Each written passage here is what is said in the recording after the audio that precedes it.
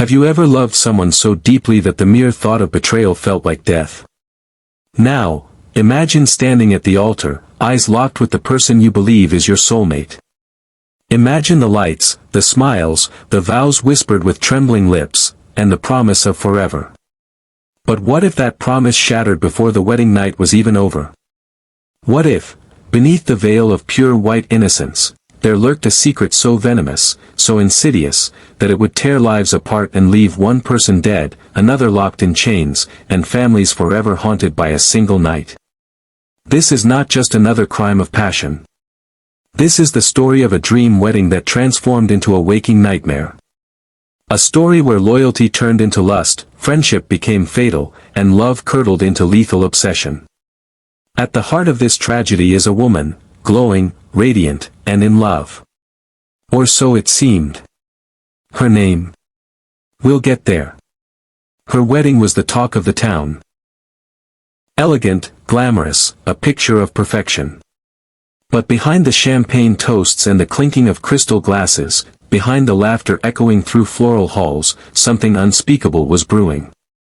On what was supposed to be the happiest night of their lives. A secret rendezvous. A forbidden kiss. And then, blood. This is a story about trust, betrayal, and the deadly price of desire. It's about a husband who believed in fairy tales.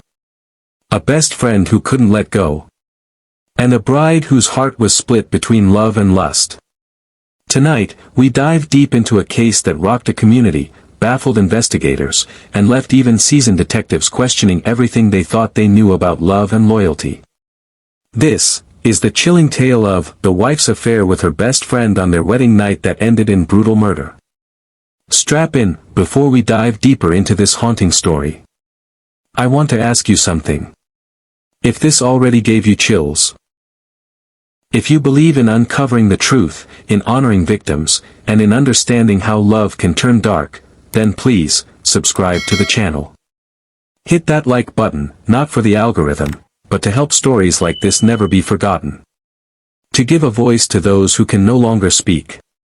And if you've ever questioned how far obsession can go, then stay with me.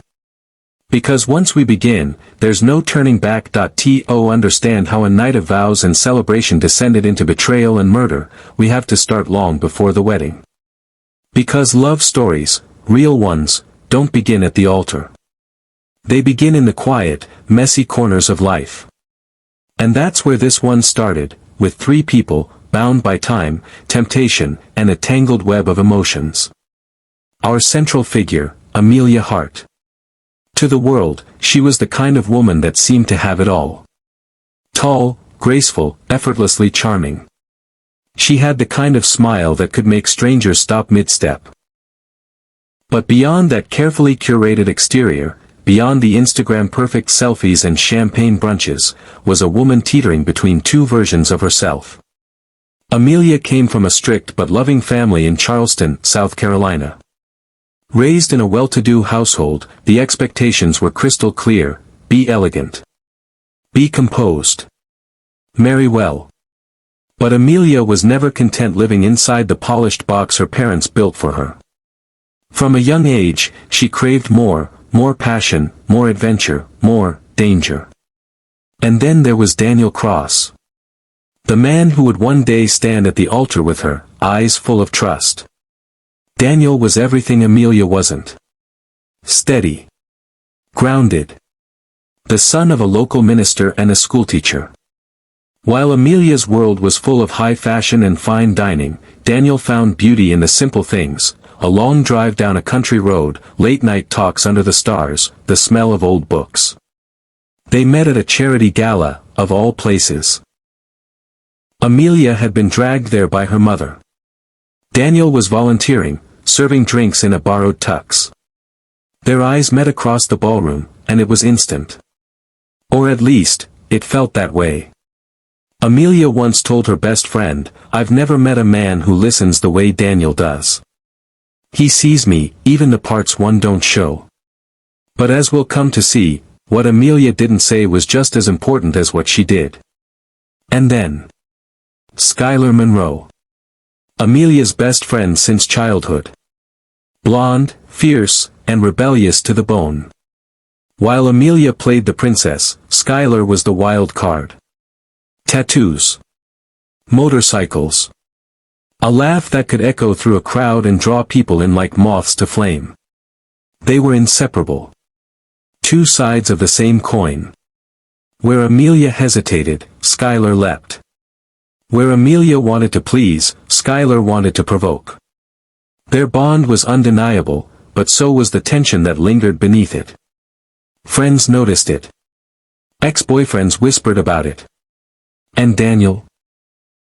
Daniel always suspected there was more to their friendship than either woman was willing to admit. Still, the wedding plans moved forward. Daniel proposed on a mountaintop in Asheville. The photos went viral, Amelia in a flowy white dress, Daniel on one knee, and Skylar, standing just out of frame, watching. No one thought twice. But maybe they should have. Because the months leading up to the wedding were riddled with quiet chaos. There were the cancelled dress fittings. The tearful calls Amelia made late at night to Skylar. The moments when Daniel would walk into a room and feel like an outsider in his own relationship. Then came the bachelorette weekend in Miami. According to the pictures, it was all poolside cocktails, matching robes, and laughter. But something happened there, something that changed everything. Guests later remembered tension between Amelia and Skylar. A fight in the hallway of the hotel. Raised voices. And one witness, a hotel staff member, would later recall seeing Amelia storming back to her suite in tears, barefoot, holding her heels in one hand and her phone in the other. Was it a lover's spat? A secret exposed? Or a moment of reckoning that neither woman could walk away from? By the time the wedding day arrived, everything appeared perfect. The venue, an old vineyard tucked away in Virginia's wine country. The flowers, hand-picked lavender and white roses. The guests, over 200 people, all dressed in black tie elegance.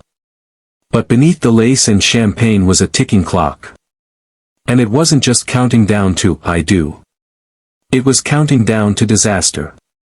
Amelia walked down the aisle with her father, beaming.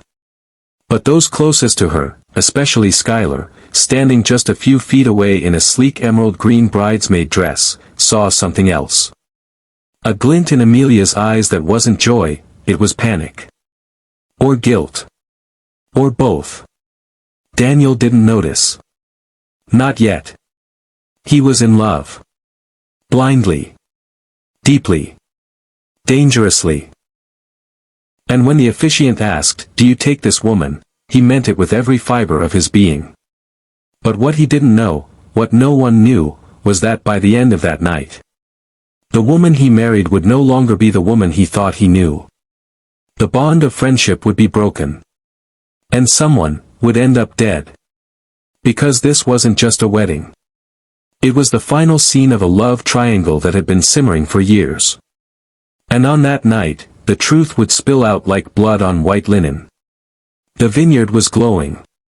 Under a canopy of twinkling lights and slow jazz, the reception was in full swing. Laughter echoed through the trees. Glasses clinked. The newlyweds danced for the first time as husband and wife, wrapped in each other's arms, as if nothing else in the world mattered. But someone was watching. Skylar Monroe stood near the edge of the dance floor, her emerald dress shimmering under the lights, eyes fixed not on the groom, but on the bride. Guests would later describe the look in her eyes as something between longing and fury. The night wore on. Photos were taken. Speeches were made. And then, at approximately 11:38 p.m., Amelia disappeared. No one noticed at first. Brides often slip away to change dresses or freshen up. Daniel was pulled into conversation with family members. Skylar? Gone too. It wasn't until after midnight, when the crowd began to thin, that people started asking questions. Where's Amelia? Has anyone seen Skylar? And then, a scream. The sound ripped through the vineyard like a bolt of lightning. It came from the bridal suite. A groomsman, looking for his car keys, had wandered into the wrong building, and found something that would haunt him for the rest of his life. There, sprawled on the white carpet, still in her wedding dress, was Amelia Hartcross. Her face was unrecognizable, bloody, bruised. Her veil torn. Her mouth slightly open, frozen in a silent scream. A deep wound ran along the left side of her neck, and blood had soaked into the carpet in a dark, cruel halo. Dead. On her wedding night. The police were called at 12:17 a.m. When first responders arrived, they were met with chaos. Guests crying. Family members in shock. And Daniel, kneeling by his wife's body, rocking back and forth, whispering her name like a prayer that would never be answered. Lieutenant Renee Marshall of the Fauquier County Sheriff's Office took charge of the scene. She was seasoned, over 20 years in homicide, but nothing in her career had prepared her for this. A bride. Murdered. In the same room where she was supposed to spend her first night as a wife. The suite was sealed off. Evidence was collected. And very quickly, one name rose to the top of the suspect list. She was the last person seen with Amelia. A staff member, who'd been restocking wine behind the bar, told detectives he saw Skylar and Amelia walking together toward the guest cottages around 11:30 p.m.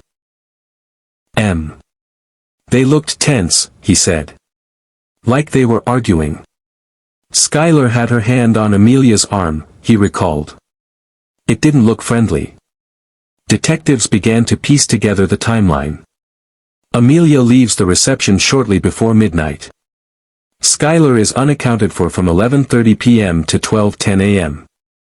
A groomsman finds the body at 12:15 a.m.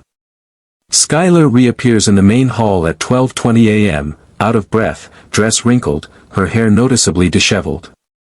When police approached her, she was calm, too calm. Skylar, do you know where Amelia went after the reception? Her answer was cool, rehearsed. No. I assumed she was with Daniel. Or maybe changing. I was just walking the grounds. Needed air. But her story quickly began to crack.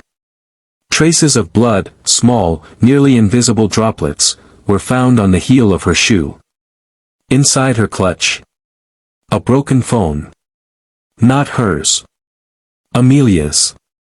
Even more damning. Security footage from the nearby event hall showed the two women entering the bridal suite together. Only one came out. Skylar was arrested at 2:41 a.m., just hours after the murder. That would take days to fully emerge. But whispers had already begun to swirl. Because Amelia and Skylar weren't just best friends. They were lovers. Texts recovered from Amelia's phone revealed an intimate, year-long affair between the two women. It had begun months before the engagement, nights filled with longing, secrecy, and emotional dependency. And even after Amelia agreed to marry Daniel, the messages didn't stop. Skylar begged her not to go through with the wedding.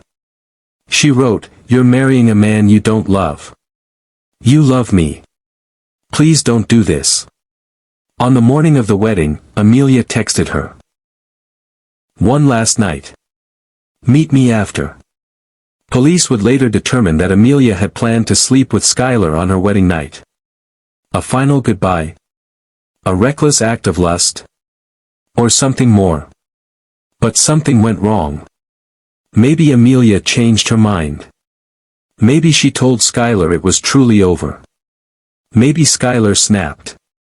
Inside the suite, investigators found shattered glass, signs of struggle, and Amelia's veil wrapped tightly around her wrist, as if she tried to defend herself.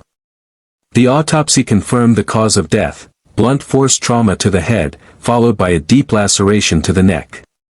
The murder weapon? A broken champagne bottle. Skylar had no bruises. No signs of struggle. Just a red mark on her wrist and a scratch along her collarbone, self-inflicted?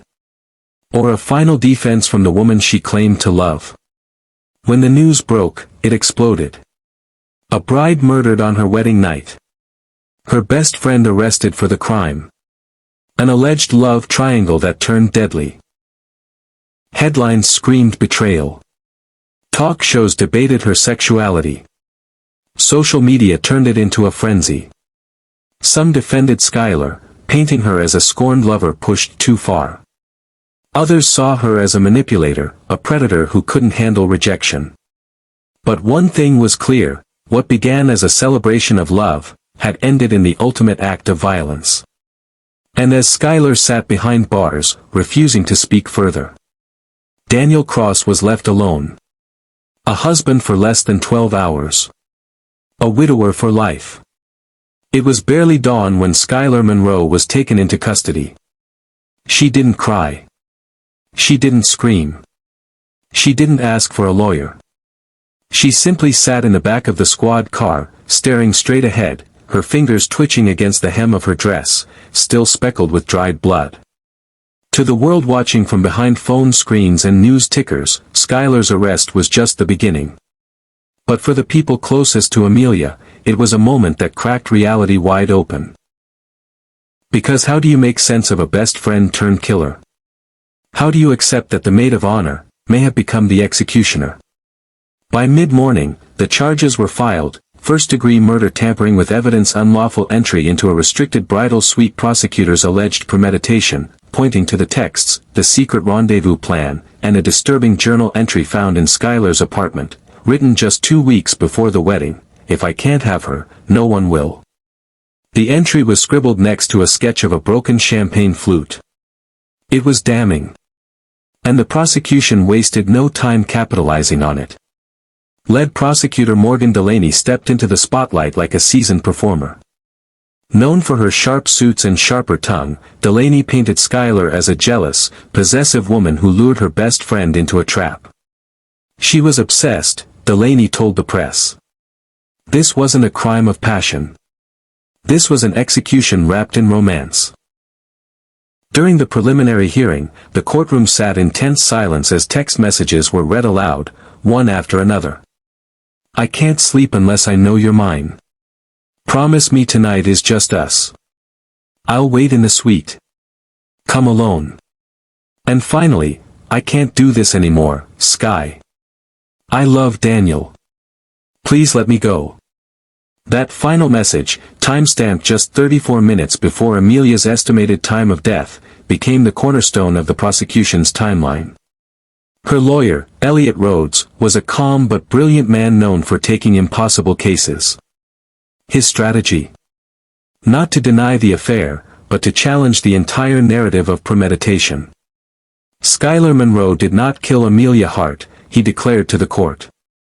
She found her dead. She panicked. And she made the mistake of fleeing.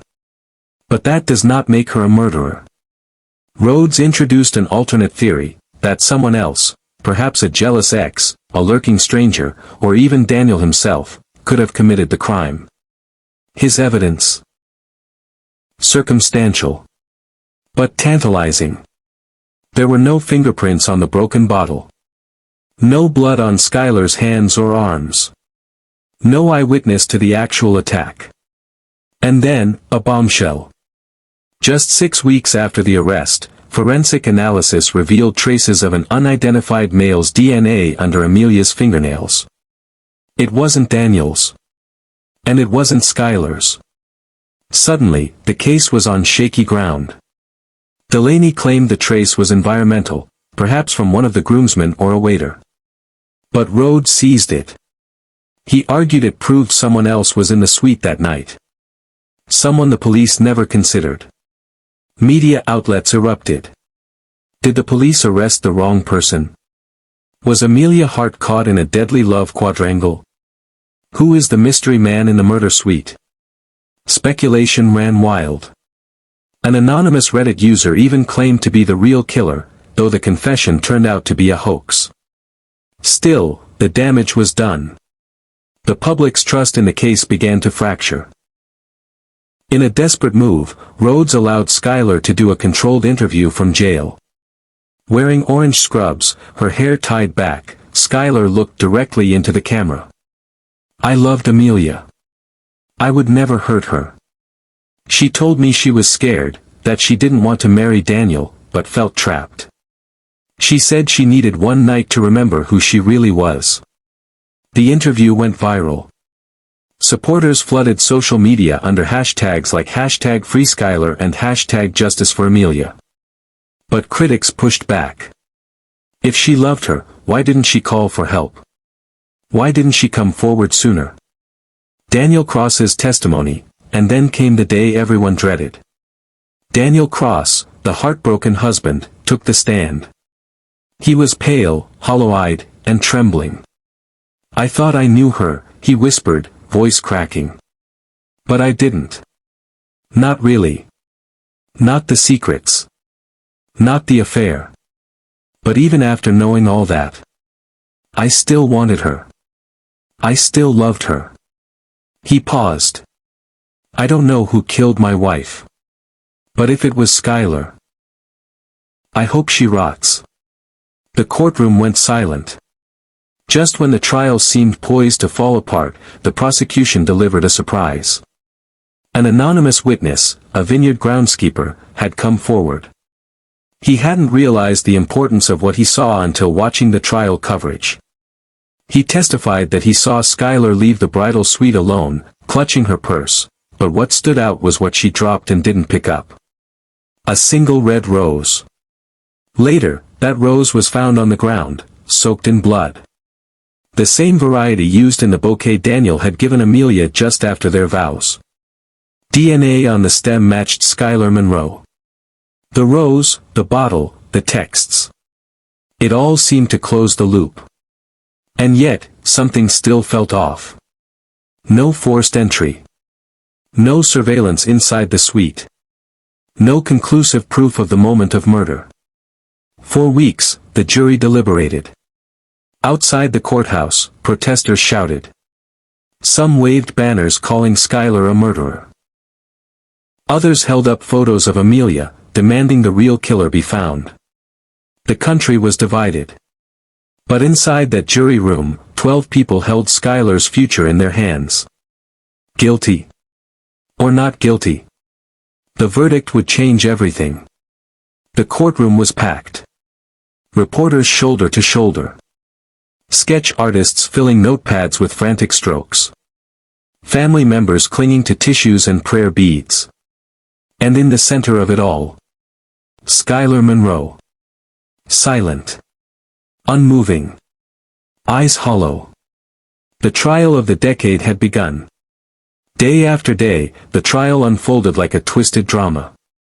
Each testimony revealing another crack in the facade.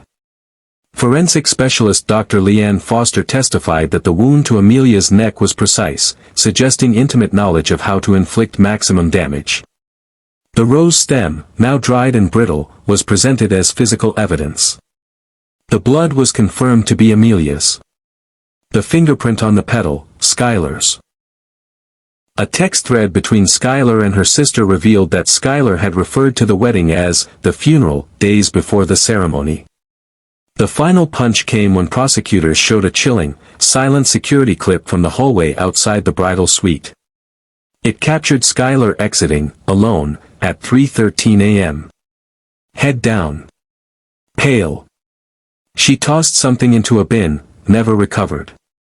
Rhodes countered with testimony from a psychologist, who described Skylar as emotionally unstable, but nonviolent.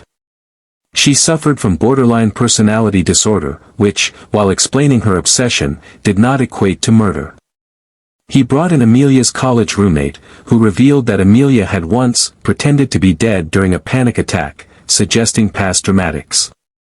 He hammered the issue of the unknown male DNA, never matched in the system. If this was a closed-case murder, why hadn't the DNA been explained? The most explosive moment came when Rhodes demanded that Daniel Cross return to the stand. He presented an anonymous tip letter, mailed to the defense team during the second week of trial. It claimed that Daniel and Amelia had fought intensely 2 hours before the murder, and that Daniel had stormed off alone. On the stand, Daniel snapped. "Yes, we argued. She told me she'd been lying to me for months. That she was in love with someone else. That she couldn't go through with it. Gasps filled the room. He looked up, voice trembling. But I didn't kill her. I swear to God, I didn't kill her.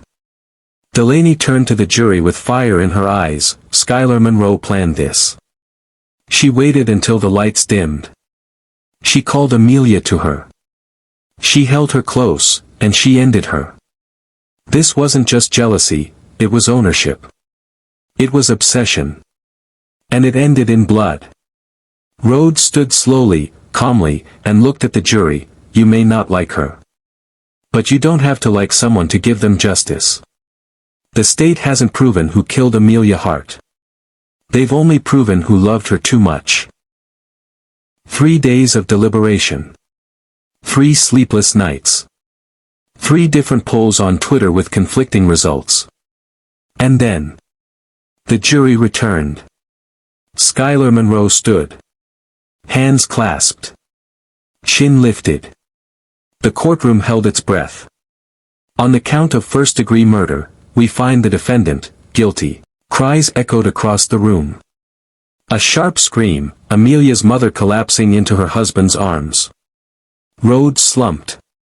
Skylar closed her eyes, and whispered something no mic could catch.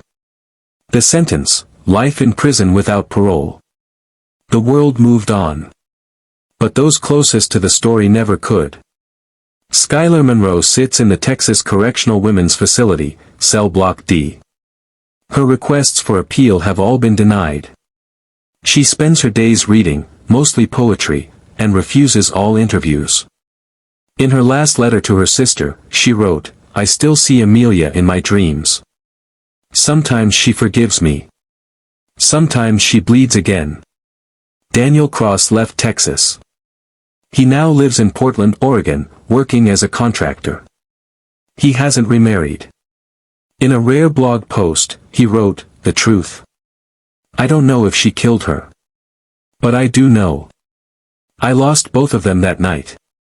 Amelia's parents created the Amelia Rose Foundation, advocating for victims of relationship violence, regardless of gender, sexual orientation, or labels. Their mission statement reads, obsession is not love. Control is not affection. And silence can be a weapon. To this day, questions remain. Who left the unidentified male DNA? What was really in that trash bin Skylar tossed something into? Could Daniel have played a larger role than he admitted? Online theorists haven't let it go. Subreddits still break down every frame of the security footage. Podcasts analyze her psychology. Comment threads fill with, she was framed, or, she snapped. But maybe the most haunting truth is this, Amelia Hart died not at the hands of a stranger, but someone she once trusted with her deepest self. In a world where love can blur into control. Where best friends hold your secrets, and sometimes your fate. Where a single night can become a forever scar. We're left asking, how well do we really know the people who claim to love us most? If this story moved you, if it left you speechless, heartbroken, or simply thinking, then don't let it end here. Subscribe to the channel to join a community that refuses to look away. That believes every story deserves to be told, and remembered. Click the like button to help keep Amelia's story alive, not just as another case file, but as a reminder of how love, trust, and betrayal can collide in the most tragic ways. And if you're still thinking about what really happened that night, you're not alone. More stories are coming. More truths waiting to be uncovered. Until then, stay safe, stay curious, and never stop asking, why?